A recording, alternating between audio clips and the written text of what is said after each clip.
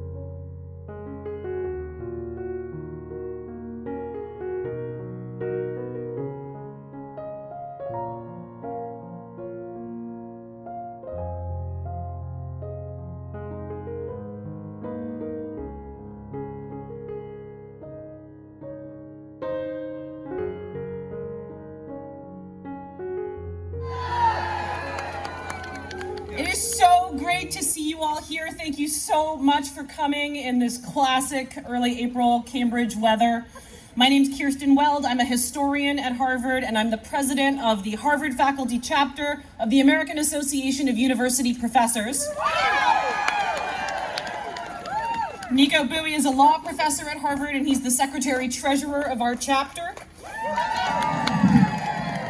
And we are here today because our universities are under attack. And the attack is not coming for the nice brick buildings. It's coming for people. It's coming for us. It is an attack on Rumeysa Öztürk, a Tufts grad student who, for writing an op-ed defending freedom for Palestinians, was snatched off our streets and sent to a detention center in Louisiana. It is an attack on Ksenia Petrova, a researcher at Harvard Medical School who researches how cells fend off the damage of aging, but has spent 8 weeks detained in that same Louisiana detention facility. It is an attack on the more than 18,000 international students enrolled in Massachusetts colleges and universities. Several dozen of them have already had their visas arbitrarily revoked, and the rest are terrified that they will be next. And the attack is also coming for the community outside the university's brick walls. President Trump's task force is threatening to cut $8.7 billion, with a B, in grants for thousands of researchers, doctors, and scientists. The task force making these threats calls itself the Joint Task Force to Combat Anti-Semitism. But let's be clear, this has nothing to do with protecting our Jewish colleagues and students. The real goal is not a secret. The leader of the task force has been announcing it for months on Fox News. He is saying, quote, "We're gonna bankrupt these universities. We're gonna take away every single federal dollar." He's demanding that professors change what we teach, publish, and say. He is attacking our community by demanding Harvard's full cooperation with ICE and Homeland Security so that no one feels safe on the streets or in their classrooms. And he's attacking our democracy by trying to scare us into submission, by trying to fool us into thinking that if we stay quiet, we might be able to weather the storm.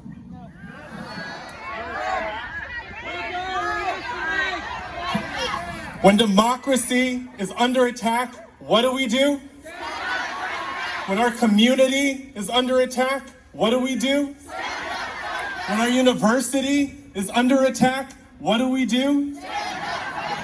And standing up and fighting back is exactly what the faculty of Harvard University is doing right now. In March, our AAUP chapter joined a lawsuit challenging the Trump administration's policy of ideological deportation. Days later, over 800 of us submitted a letter to the leaders of the Harvard Corporation urging it to refuse to comply with the unlawful demands that threaten academic freedom and university self-governance. And just last night, we filed another lawsuit challenging the federal government's efforts to seize billions of dollars from Harvard's hospitals, its scientists, and its researchers. No law gives the president authority to do this, and we are not going to take it lying down.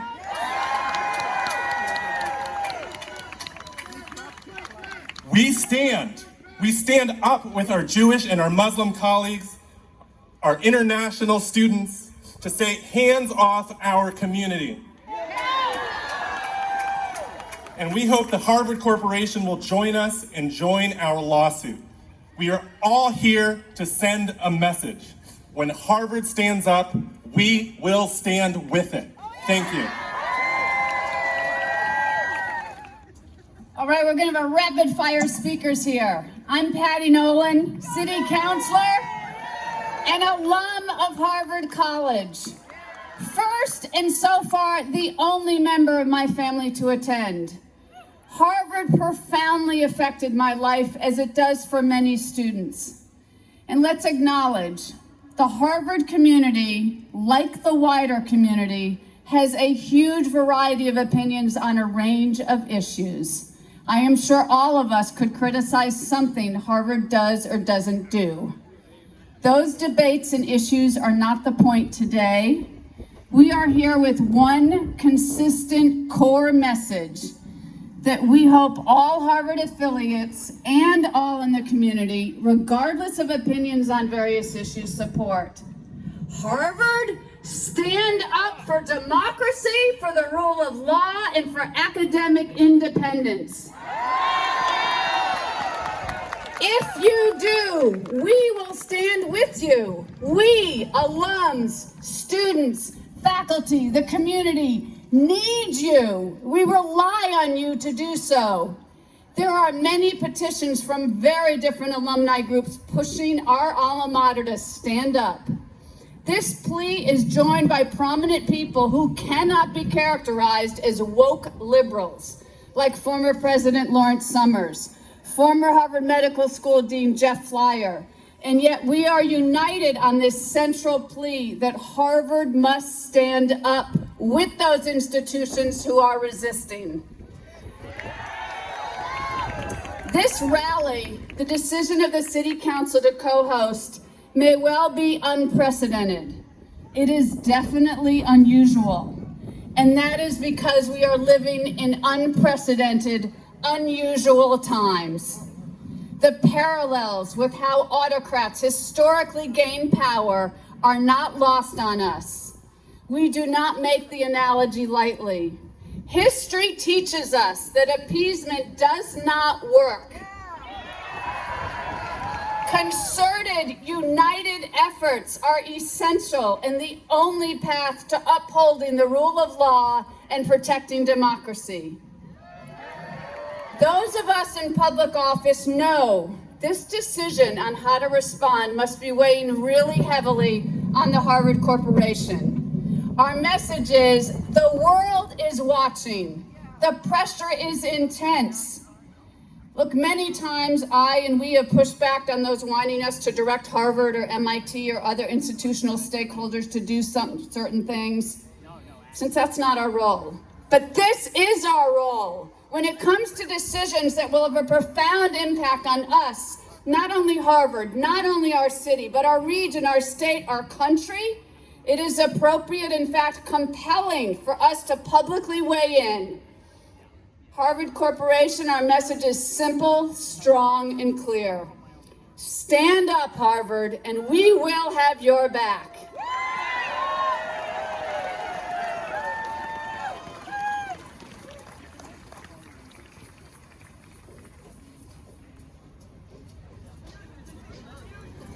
All right, guys, I'm so proud of our next three speakers. We have Abdullah, Leo, and Carly, 3 international students.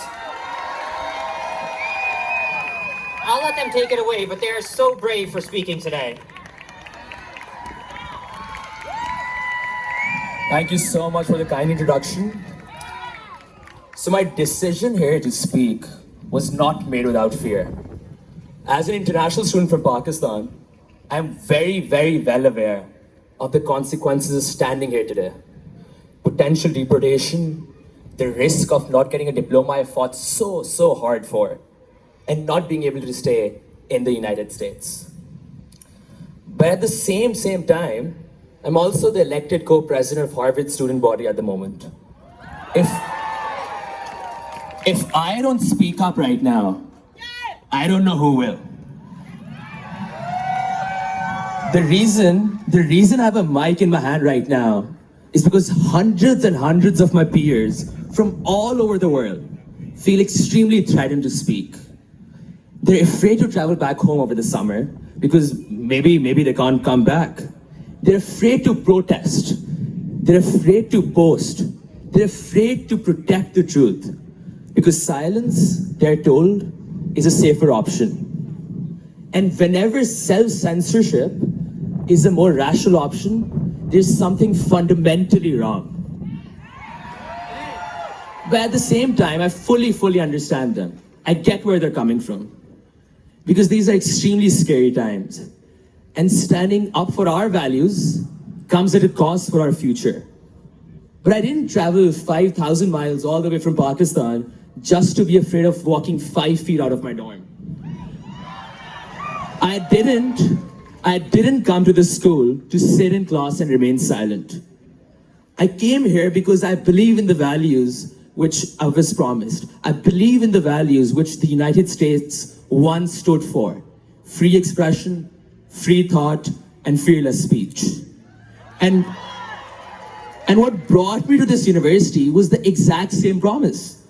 It was the promise that no matter where I'm from, my voice will matter. And as that university's elected student body representative, I have a duty to fight.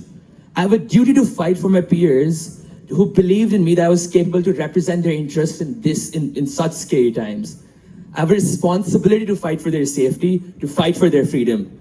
Because right now, Harvard's administration isn't doing any of that. Thank you so much.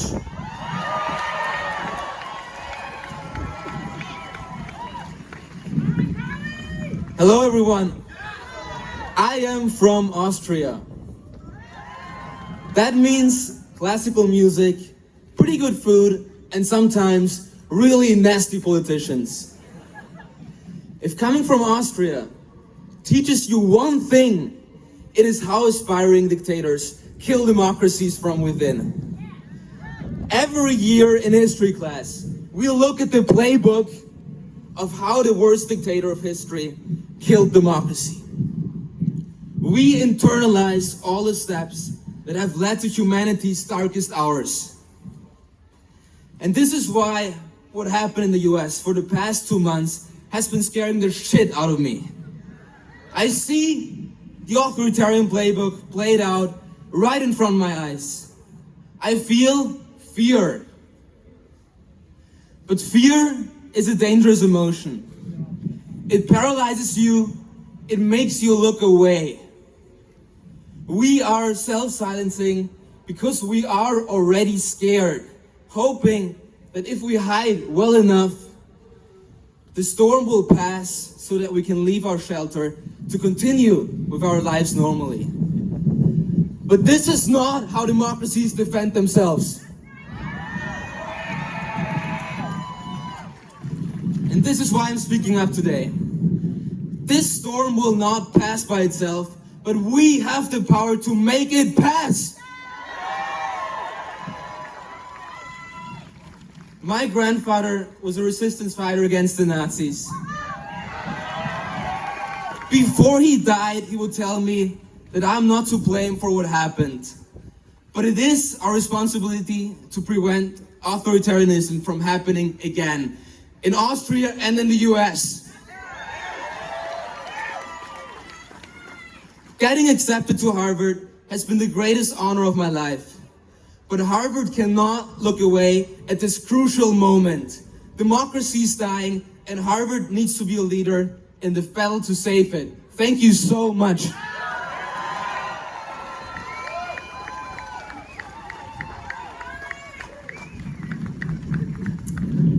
Standing here today comes at a great personal risk for all of us.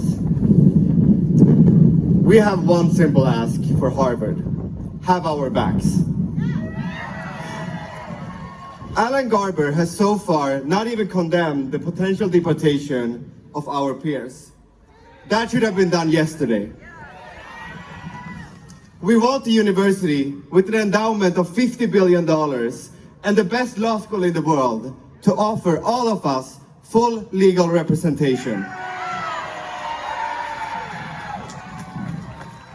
And if any of us get deported tomorrow for being here, or any of our international friends for speaking their mind, we want Harvard to guarantee that we will be able to graduate. Because when ICE agents show up at our doors, Harvard should have our backs.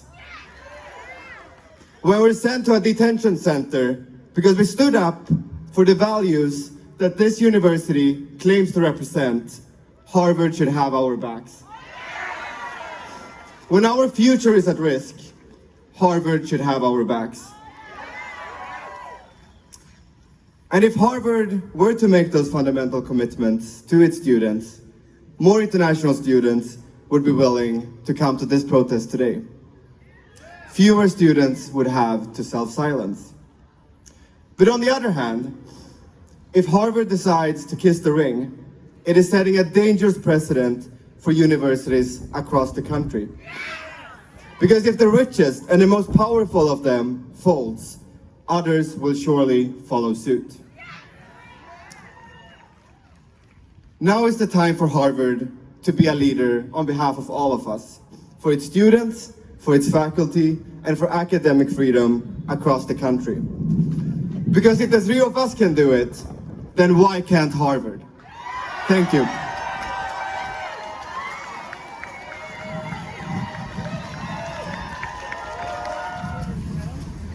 All right, up next we have Karl Rose, Executive Director of the ACLU and Harvard Law School alumnus. Thank you so much for being here. I am grateful to the leaders of City of Cambridge, to the Harvard chapter of the AAUP, to 50501, to the students and faculty who are here, and to all of you for showing up for freedom. Thank you.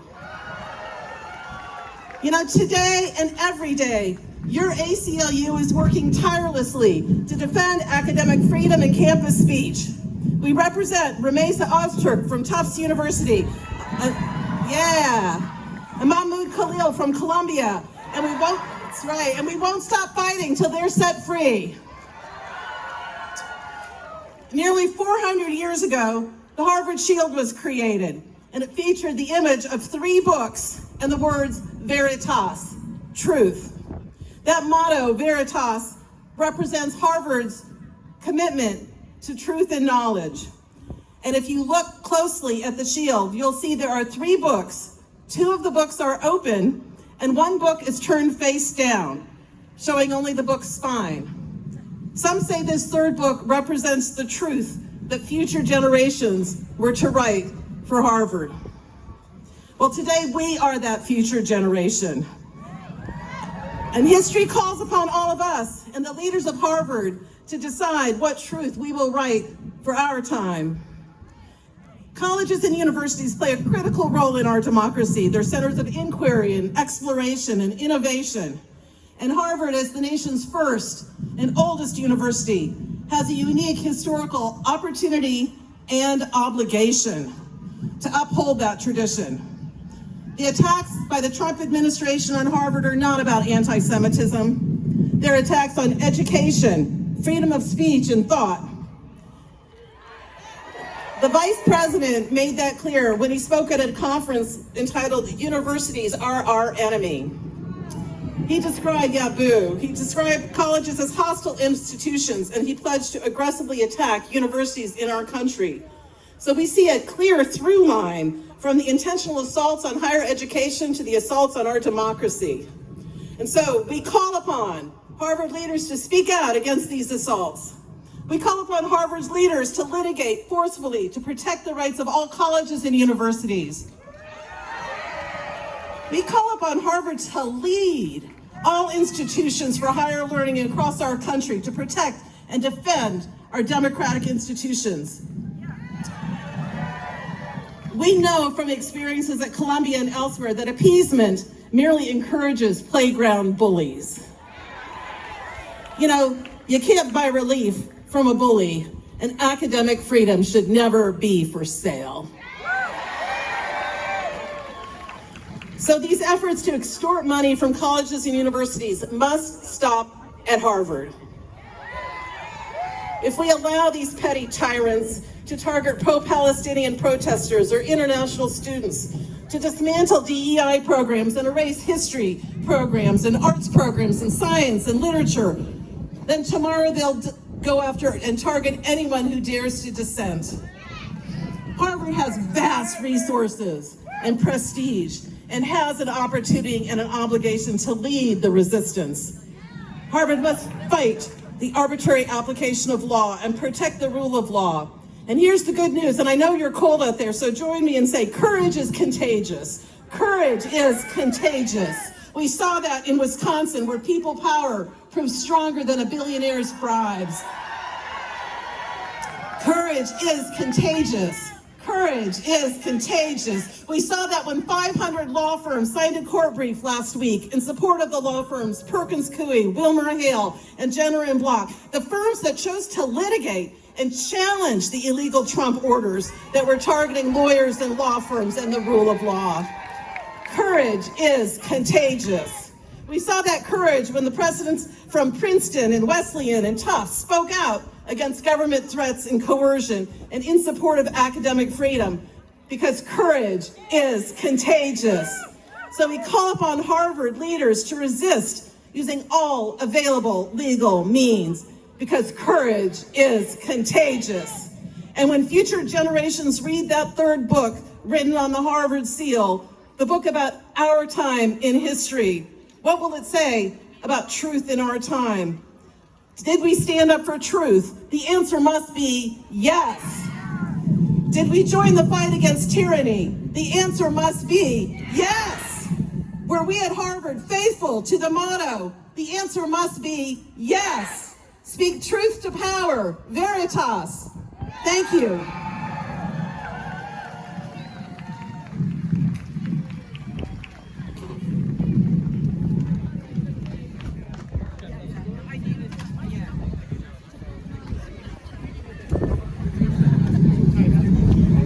Cambridge Mayor Denise Simmons. I don't know about you, but in the words of Fannie Lou Hamer, I'm sick and tired of being sick and tired. When I look out at this massive crowd, I want us to send a message to those people, you know those people. I'm having a Harry Potter moment, then he who will not be named.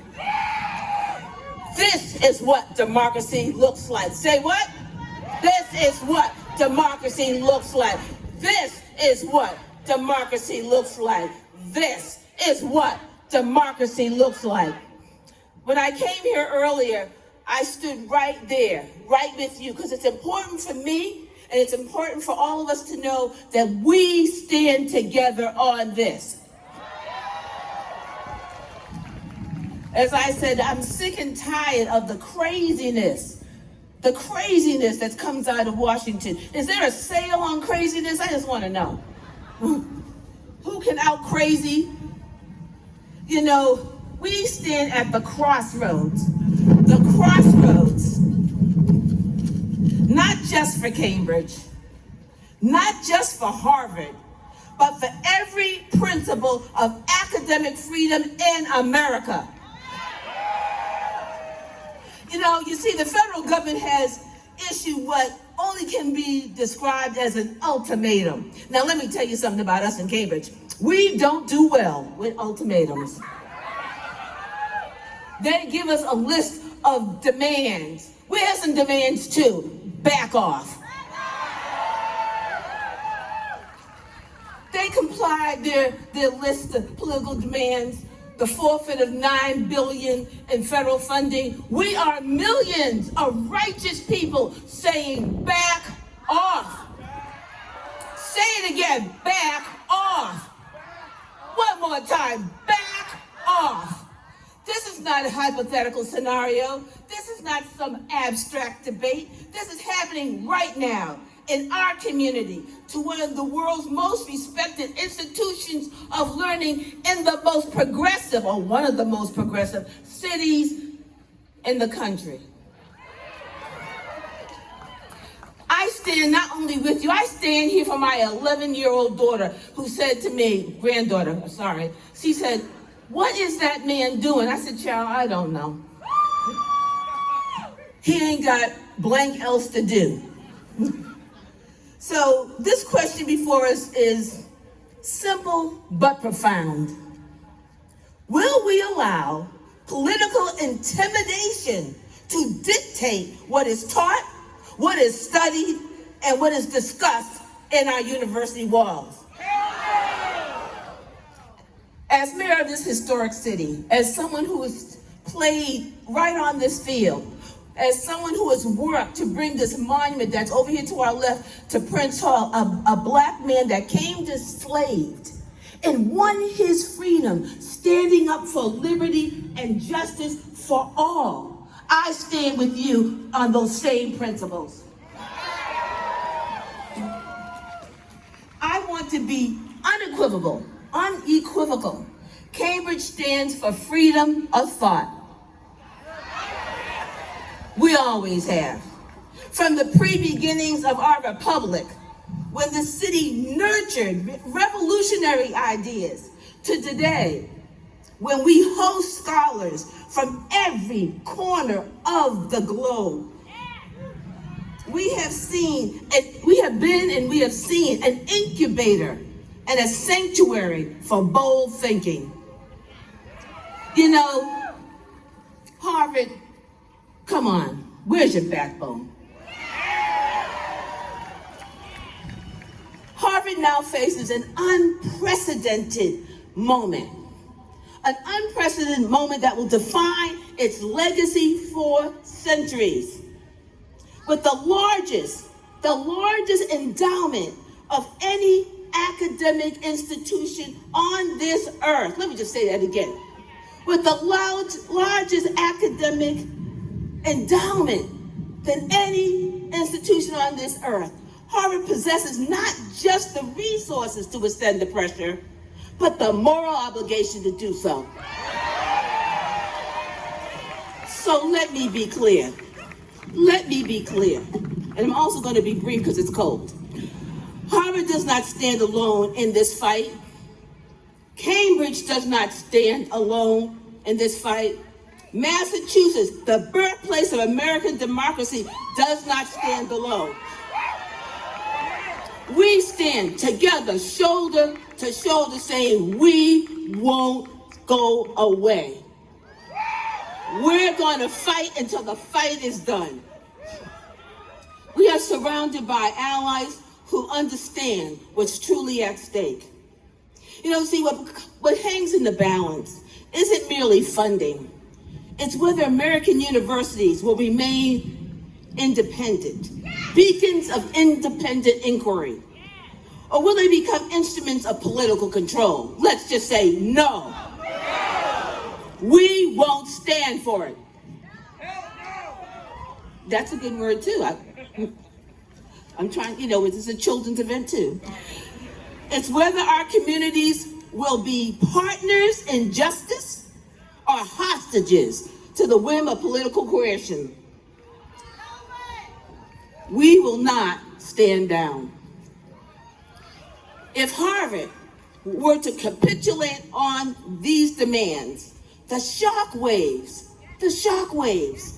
will have ripples beyond our borders, beyond our generation. This is not just our lives, these are our children's lives. If Harvard would just send a signal to all the other colleges, to every laboratory, every classroom across this nation, with even the mightiest institution will not surrender when threatened with insufficient force. But let me say this, but if Harvard stands firm, as it must, we send a powerful message that in America, intimidation still has boundaries. That our institution still possesses integrity. That might does not make right.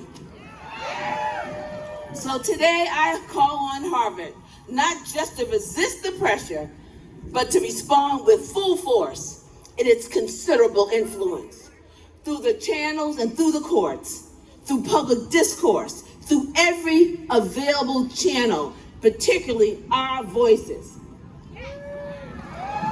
I call on Harvard to demonstrate that its commitment to truth extends beyond these walls, beyond this city, and will take the actions to preserve it at any cost.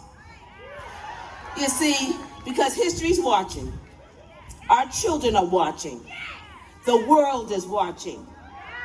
Cambridge was the cradle and is the cradle of American liberty.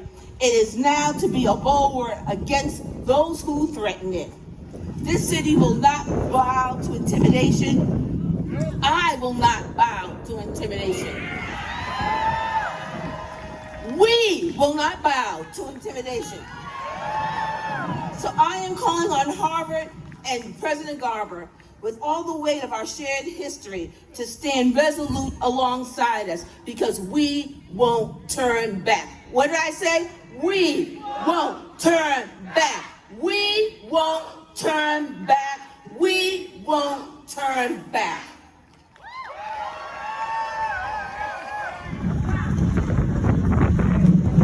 Hello, everybody.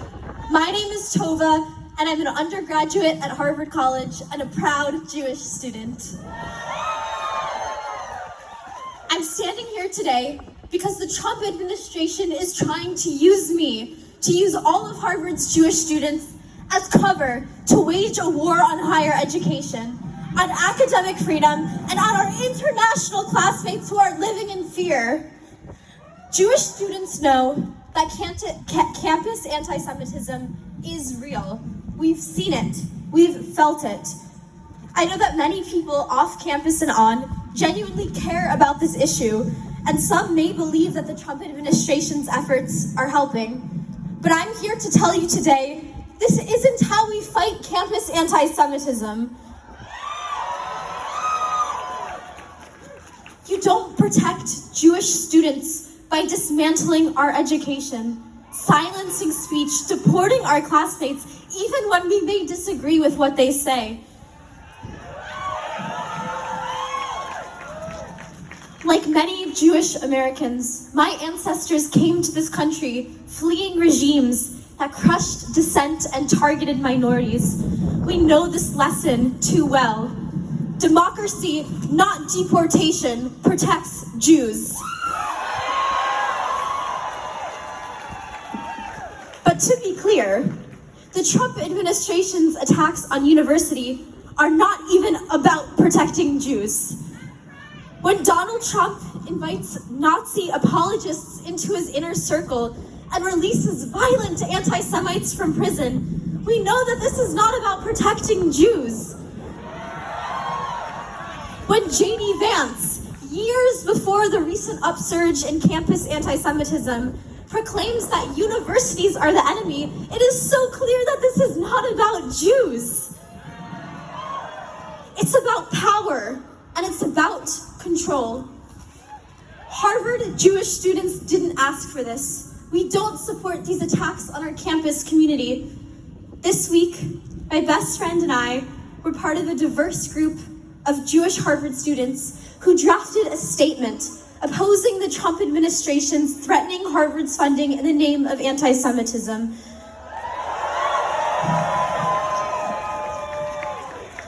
We spent countless hours this week talking to Jewish students on campus about the statement and gaining signatures. Maya and I braided challah for 2 hours at Hillel while having meaningful conversations about the issue with any Jewish student who passed by. More and more Harvard Jewish students this week took up the cause, talking to their classmates in community spaces, in between classes, at Shabbat dinner.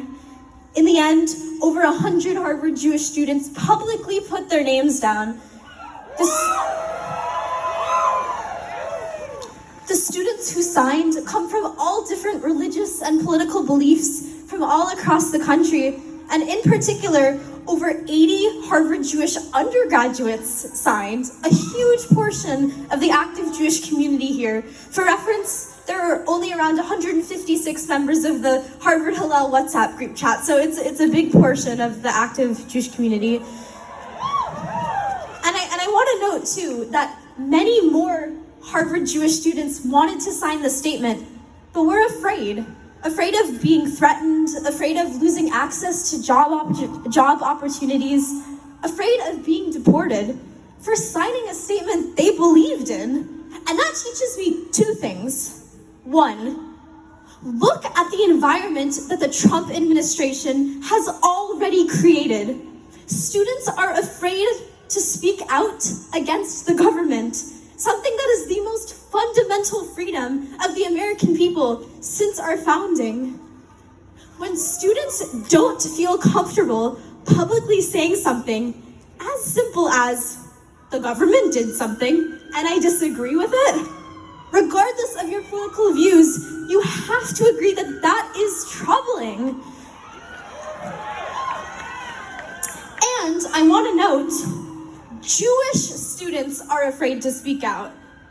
This crackdown on campus freedom of speech is hurting us too, and this is meant to protect us. And two, even among this environment of fear, over 100 Jewish Harvard students publicly put their name down. And beyond this statement, many more Harvard Jewish students have been speaking up. Over the last week, there have been several incredible op-eds in the Harvard Crimson from Harvard Jewish students, including a past student president of Hillel, who are publicly disagreeing with the Trump administration's dismantling of our university in the name of anti-Semitism. I am beyond inspired by their bravery. It should teach us that we can speak out. We must speak out, especially us American citizens who can afford to. We will not be silent while our international friends and our home are put at risk. To the Harvard administration, it's time to act. Publicly refuse to capitulate to the Trump administration's threats. Giving in now won't protect you, and it won't protect us. The world is looking to us now. Let's make the right choice. And I also want the university to know that we're on the same side. When you stand up to the Trump administration's anti-democratic threats, so many of us will stand with you, including the Jewish community. Don't let Trump define what's best for Jewish students. Let us define it. When over 100 Jewish students on campus say enough, that's worth something. Thank you and Chag Sameach. All right, up next we have Doris Sommer, Professor of Humanities and Director of the Cultural Agents Initiative. Thank you so much. Thank you so much for being here on a nasty day. Thank you to the city of Cambridge for convening us, to all our friends from Harvard for being here in solidarity. So many of the issues that are important have already been addressed. The trap of appeasement, when you get the bully to smell blood, what do they want more of? We cannot start with appeasement. I came to ask everyone, whose problem is anti-Semitism? As Tova said, anti-Semitism is a reality. It's on our campus. But whose problem is anti-Semitism? Is it the Jewish problem or is it everyone's problem?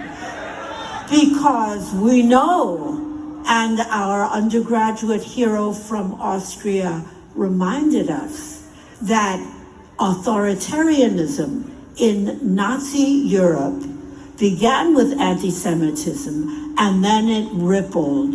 It rippled into anti-Gypsyism, anti-communism, anti-Asianism, anti-everybodyism. And we know in this country that it's always anti-Blackism and anti-immigrationism. Instead of a slogan that sounds like "Make America Great Again," I hear in that slogan, "Make America White Again." And when Jews imagine, some Jews, that we are white, we should remember the Nazi threat. When Jews were not white, we had different noses, we had different head shapes, we were a racial category. As soon as we identify one group as a race, as a religion, as a nation, and Jews conveniently are identified in all those ways, as soon as we target one group, we know how to target groups, and we get that ripple effect. So whose problem is anti-Semitism? Okay, let us stand united against everyone who targets groups and who eliminates people from a capacious country like the United States. My parents opted for the United States. They were Polish Jews who survived the European Holocaust and loved this country for its capaciousness, for its love of the rule of law. Anyone is American because they respect the Constitution, not because their parents have this blood or that color. We chose this country out of love and respect, and we stand here united with that commitment to love and respect for the community under the law. Thank you.